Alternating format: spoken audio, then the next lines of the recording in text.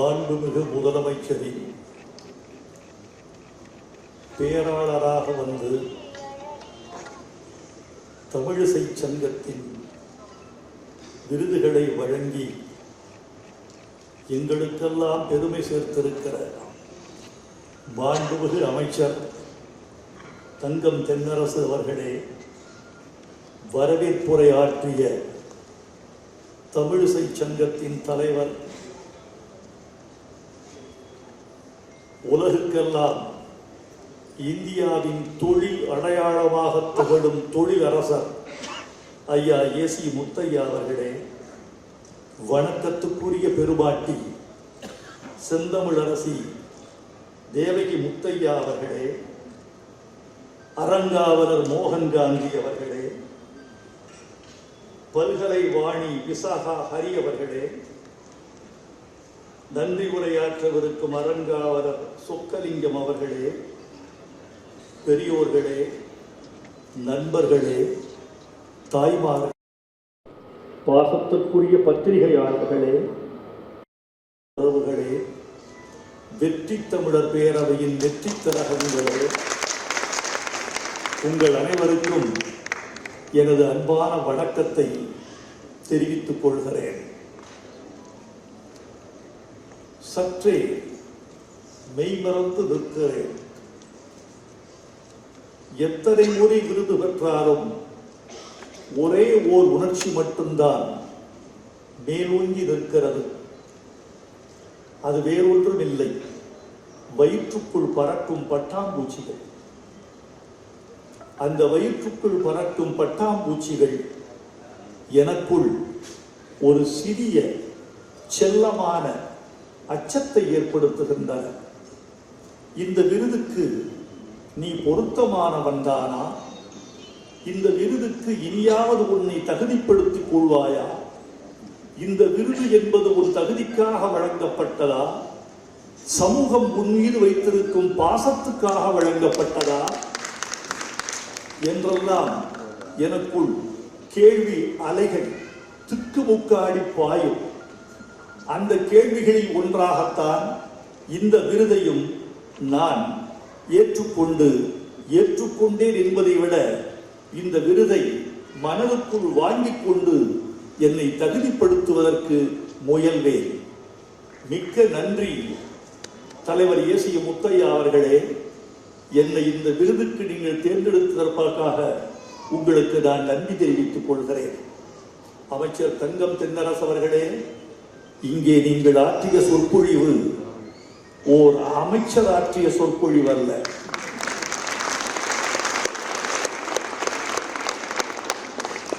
கலைஞரால் பயிற்றுவிக்கப்பட்ட மாணவன் நிகழ்த்திய சொற்பொழிவும் அல்ல. இந்த சொற்பொழிவு உயிரெல்லாம் தமிழை தேக்கி நின்ற ஒருவனுடைய வெளிப்பாடு என்று நான் நினைக்கிறேன்.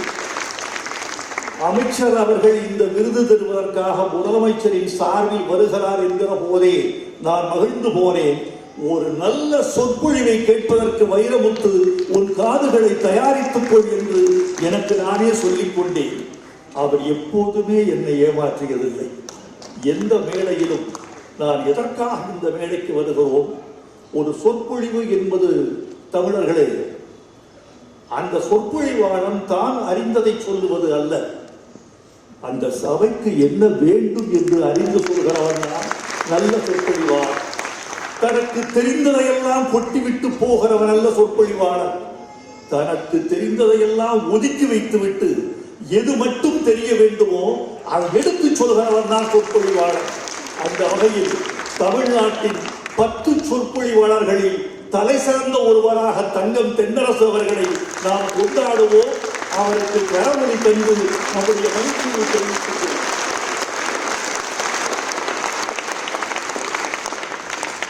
நண்பர்களே, இந்த இனிய நிகழ்ச்சியில் நான் சில செய்திகளை பகிர்ந்து கொள்ள வேண்டும் என்று ஆசைப்படுகிறேன். சாதாரண தமிழ்ச்சங்கத்தினால் விருது பெற்றிருக்கிறோம். இந்த சபைக்கு வந்திருக்கிற நீங்கள் இந்த நாளை குறித்துக் கொள்ளலாம். 2024 ஆகஸ்ட் 5ஆம் தேதி ராஜா முத்தையா மன்றத்தில் நிகழ்ந்த தமிழிசை சங்கத்தில் நானும் கலந்து கொண்டேன் என்று உங்கள் டைரியில் எழுதி வைத்தால் உங்கள் சந்ததி உங்கள் மீது புகழ்மாலை சூடும். தமிழிசை சங்கத்து விழாவில் கலந்து கொண்ட பரம்பரையான் நான் என்று உங்கள் பேரன் பேத்திகள் கூத்தாடுவார்கள். இது சாதாரண சங்கம் அல்ல, இந்த விருதும் சாதாரணமல்ல. என் நினைவு 94 ஆண்டுகளுக்கு பின்னால் சுற்றுகிறது. நான் இல்லை, இருந்தாலும் வரலாற்றின் முதுகில் ஏறிக்கொண்டு 94 ஆண்டுகள் பின்னோக்கி சுற்றுகிறேன். அந்த மேடையில் ராஜாச்சார் அண்ணாமலை செட்டியார் இருக்கிறார். அவர் 4 பேருக்கு பொன்னாடை போர்த்துகிறார். யார் யாரையெல்லாம் ஆதரித்திருக்கிறார்கள், எந்தெந்த தமிழ் பெருமக்களை இந்த சமூகம் கொண்டாடி இருக்கிறது, நகரத்தார் சமூகத்துக்கு இந்த சமூகம் எவ்வளவு கடமைப்பட்டிருக்கிறது என்பதையெல்லாம் நான் யோசித்து பார்க்கிறேன். அந்த மேடையில் ராஜாச்சார் அண்ணாமலை அவர்களால் பொன்னாடை போர்த்தப்பட்டவர்கள் 4 பேர். கவிமணி தேசிக விநாயகம் பிள்ளை முதலாமவர், தமிழ் தாத்தா ஊவே சாமிநாதையர், பண்டிதமணி கதிரேசன் செட்டியார், ஆய்வறிஞர் ஆராய்ச்சியாளர் ராகவையங்கார். யாரெல்லாம் தமிழின் முன்னோடிகளோ, யாரெல்லாம் எதிர்காலத்தால் போற்றப்படுகிறவர்களோ அவர்களை நிகழ்காலத்தில் போற்றி பாராட்டிய குடும்பம் இந்த ராஜா குடும்பம் என்றால் அது மிகையில்லை. அந்த வழிவந்த ஒரு விருதைத்தான் நானும் பெற்றிருக்கிறேன் என்கிற போது இது எனக்கும் என் தமிழுக்கும் கிடைத்த பெருமையாக நான் கொண்டாடுகிறேன், மகிழ்கிறேன். இதை காப்பதற்கு நான் முயற்சி செய்வேன். சில பேர் விருதுகள் வந்தால் முதலில் மறுதளிப்பார்கள். மறுதளிப்பது ஒரு இன்னொரு விருது. மறுதளிப்பது என்பது விளம்பரம். பெர்னார்ட் ஷாவுக்கு நோபல் பரிசு வந்த பொழுது நான் எனக்கு நோபல் பரிசு வேண்டாம், ஏற்றுக்கொள்ள மாட்டேன் என்று நிராகரித்தார். ஏன் நிராகரிக்கிறீர்கள் என்று கேட்ட பொழுது, இந்த விருது பெற்றதை இந்த உலகம் அறிந்து கொள்ள வேண்டும் என்றால் நான் நிராகரிக்க வேண்டும் முதலில். ஒரு மாதம் கழித்து ஏற்றுக்கொண்டார். இப்போது ஏன் ஏற்றுக்கொண்டீர்கள் என்று கேட்டபோது பெர்னார்ட் ஷா சொன்னார், அந்த விருது எனக்கு பெரிதல்ல, அந்த தொகையை என்னுடைய அறக்கட்டளைக்கு கொடுத்து விடுகிறேன், அதனால் ஏற்றுக்கொண்டேன். கேட்டார்கள், அறக்கட்டளை யாருடையதுன்னு. அது வேறு யாரும் இல்லை, அதன் செயலாளரும் பொருளாளரும் நான் தான். இவரே செயலாளர், இவரே பொருளாளர். நிராகரித்தது ஒரு விளம்பரம், ஏற்றுக்கொண்டது இன்னொரு விளம்பரம். நான் என்னுடைய விருதுகளை விளம்பரப்படுத்துவதில்லை, மறுதளிப்பதில்லை. ஆனால் எந்த விருதும் எனக்கு சர்ச்சை இல்லாமல் வழங்கப்பட்டதில்லை. நான் செய்ய வேண்டிய விளம்பரத்தை என் தோழர்கள் எனக்காக சொந்த செலவில் செய்து விடுகிறார்கள்.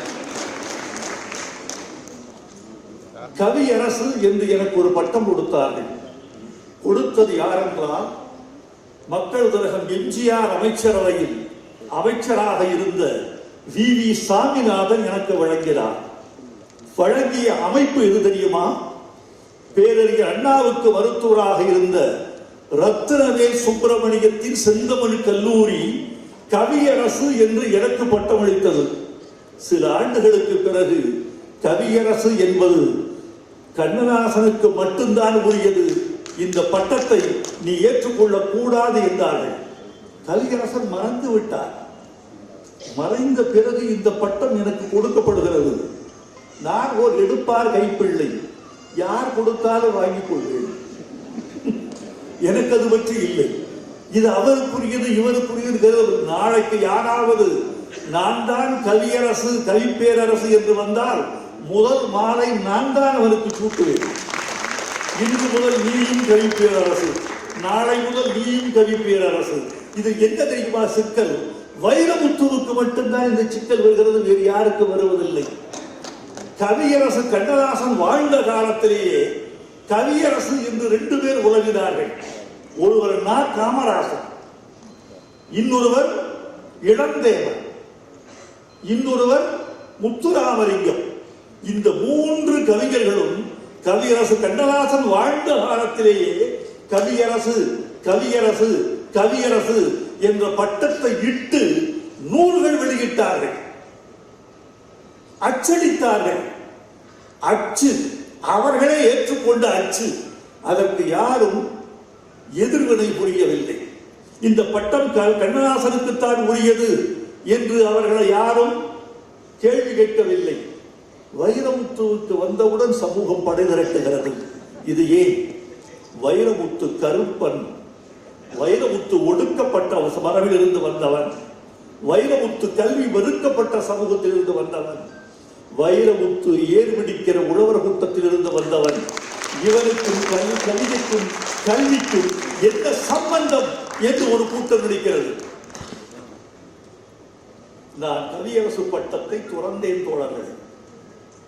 வேண்டாம், நான் கண்ணதாசனுக்கே காணிக்கை செய்கிறேன் என்று துறந்தேன். இழப்பவன் தான் அதிகம் பெறுகிறான். இதை கவனித்துக் கொண்டே இருந்த என் தமிழாசான் முத்தமிழறிஞர் கலைஞர் பெய்யென பெய்யும் மழை என்ற என்னுடைய நூல் வெளியீட்டு விழாவில் இப்போது இத்தனை பேர்கள் இங்கு கூடியிருக்கிறீர்கள் சொன்னார். இதோ அப்துல் ரஹ்மானை பார்க்கிறேன், ஈரோடு தமிழன்பனை பார்க்கிறேன், கவிஞர்களை பார்க்கிறேன், துணைவேந்தர்களை பார்க்கிறேன், நீதியரசர்களை பார்க்கிறேன், கல்வியாளர்கள், மாமன்றத்து வாணர்கள், அரியர் திருக்கூட்டம் எத்தனையும் பார்க்கிறேன். இந்த இடத்தில் உங்கள் முன்னிலையில் வைரமுத்துவுக்கு நான் சூட்டுகிறேன் கவி பேரரசு என்ற பட்டத்தை என்று எனக்கு வழங்கியவர் முத்தமிழறிஞர் கலைஞர். அந்த மாமனிதனை நான் மறப்பேனா? கண்ணதாசன் பாடினார், என்னை எரித்தாலும் எரியும் நெருப்பினிலே உன்னைத்தான் காணும் உலகம், தமிழ் தாயை சின்ன மகன் உன்னை சிறந்தாழ்த்தி வணங்குகிறேன் வணங்கினார். என்னை எரித்தாலும் எரிகிற நெருப்பு கலைஞர் வைரமுத்து, கலைஞர் வைரமுத்து, வைரமுத்து கலைஞர் என்றுதான் அந்த நெருப்பின் நுனி நாக்கு பேசிக்கொண்டே இருக்கும் என்பதை இந்த மன்றத்தில் நான் சொல்ல வேண்டும் என்று ஆசைப்படுகிறேன். இதற்கும் நேற்று சில பேர் நண்பர்கள்தான், பழகியவர்கள்தான், அவர்கள் எழுதினார்கள், முத்தமிழ் பேரறிஞர் என்று பட்டத்தை ஏற்றுக்கொள்ளக் கூடாது. 32 மணி நேரத்திற்கு முன்பு நடந்தது இது, ஏற்றுக்கொள்ளக்கூடாது. அது முத்தமிழ் அறிஞர் கலைஞர், நீ அவரை விட பெரியவர் என்று காட்டுகிறீர்கள். இது என்னப்பா? அப்படி பெற்றிருந்தாலும் கலைஞருக்கே அந்த பட்டத்தை காணிக்கை செய்யக்கூடியவர் வைரமுத்து. அப்படியே இருந்தாலும் தம்மின் தம்மக்கள் அறிவுடைமை மாநிலத்து மண்ணுயிர்க்கெல்லாம் இனிது என்ற குரல் வழி வாழ்ந்த இடத்தில் பிறந்தவன் அடக்கூடாது என்றார்கள். இது என்ன தெரியுமா? தமிழிசை சங்கம், இந்த மதுரை தமிழிசை சங்கம் அந்த முத்தமிழ் பேரறிஞர் என்ற பட்டத்தை இதுவரைக்கும் 30 பேர்களுக்கு வழங்கியிருக்கிறது. இந்த 30 பேர்களுக்கு வராத எதிர்ப்பு வைரமுத்துவுக்கு இந்த பட்டம் என்கிற போது மட்டும் வருகிறது என்றால், தமிழச்சாதியே நீ அடையாளம் கண்டுகொள், தமிழச்சாதியே நீ புரிந்து கொள், நான் ஒன்றும் என் தமிழாசானை விட உயர்ந்தவன் இல்லை, ஏன் என் தமிழ் ஆசிரியரை விட கூட நான் உயர்ந்தவன் இல்லை. நான் என்னளவில் நான் சுத்த விரும்பந்த என்கட்ட வேண்டாம் புலவி விரும்பும் தன் கையால் என்றா என்று அவ்வை சொன்ன வழியில் வாழ்கிறவர். நான் பார்க்க போயிட்டு இருக்கேன், திருப்பி பார்க்கறது இல்லை. எனக்கு ஒரு பழக்கம் என்ன தெரியுமா? சர்ச்சை வந்தால் வரட்டும், அதற்கு பதில் சொல்லிக் கொண்டிருக்காதே, பதில் சொல்கிற நேரத்தில் ஒரு கவிதை எழுது. இந்த சமூகம் ஒரு சீக்கிரம் முன்னேற விடாது. ஏன் தெரியுமா? இந்த சமூகம் தோற்று போனவர்களின் சமூகம். தோற்று போனவர்களுக்கு மத்தியில் தான் நீங்கள் முன்னேற பார்க்கிறீர்கள்.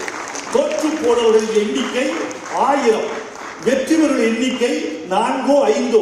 இந்த 996 பேர் இந்த 4 பேரை மேலே விடுவதற்கு சம்மதிக்க மாட்டார். பல பேருக்கு கவிதை என்பது ஒரு வக்கீல் நோட்டீஸ் வந்தால் போய்விடும். ஒரே ஒரு சர்ச்சையில் அவனை பற்றி புறம் பேசினால் போய்விடும். இந்த சமூக ஊடகங்களில் முதல்ல உன்னுடைய கேரக்டரை அசோசியேட் பண்ணுவான். அதுக்கடுத்து வருமான வரித்துறையிலிருந்து நோட்டீஸ் விடுவான். அடுத்து ஒரு வக்கீல் நோட்டீஸ் விடுவான். இதுக்கு எல்லாத்தையும் நீ தாண்டிட்டியா உன் மனைவியின் ஒழுக்கத்தை சொல்லுவான். அதுக்கடுத்து முன் ஒழுக்கத்தை சொல்லுவான். அதுக்கப்புறம் கல்லூரியில் படிக்கிற மகளை சொல்லுவான், மகனை சொல்லுவான். இப்படித்தான் இந்த சமூகம் இருக்கு. தயவு செய்து தமிழச் சாதியை பொறாமையை பொசுக்கிவிடு, நல்லதை நினை, தமிழரை வளரவிடு.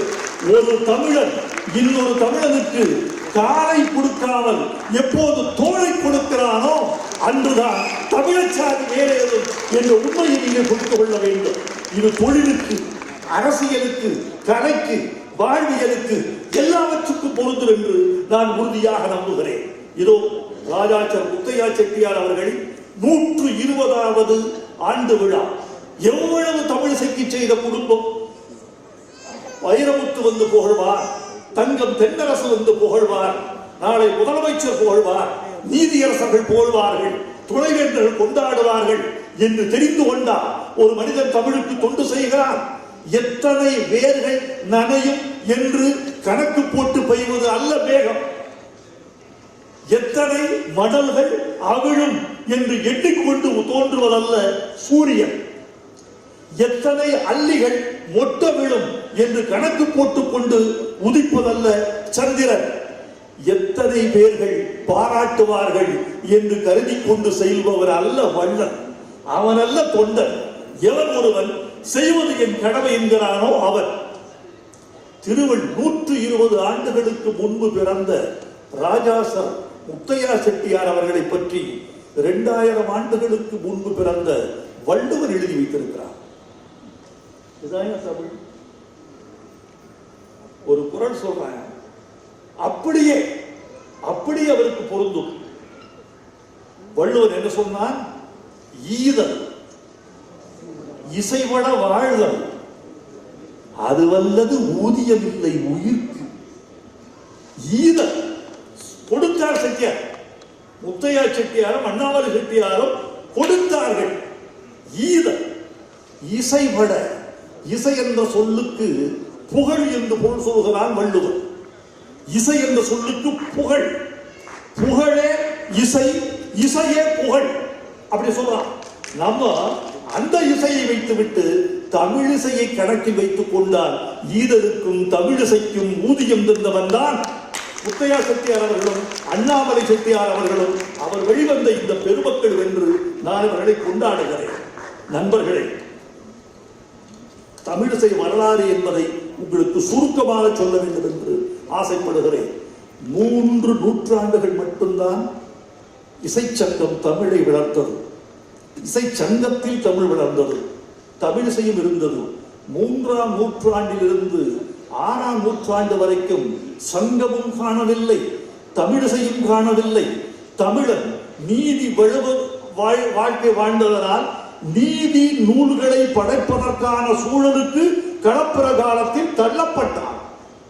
பிறகு 6ஆம் நூற்றாண்டுக்கு பிறகு பாண்டியர் கடுங்கோல் களப்பிரர்களை புறங்கண்டு இந்த பாண்டிய மண்ணில் பாண்டிய தமிழாட்சியை நிறுவிய பிறகுதான் தமிழிசை மீண்டு மேலுக்கு வந்தது. அதன் பிறகும் அடிமைப்பட்ட தமிழன் மீண்டானா?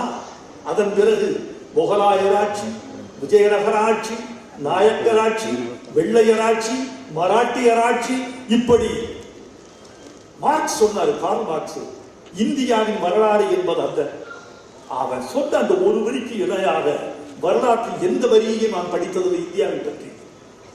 இந்தியர் அல்லாதாரின் அரசுகள் எழுந்ததும் விழுந்ததும் தான் இந்தியாவின் வரலாறு.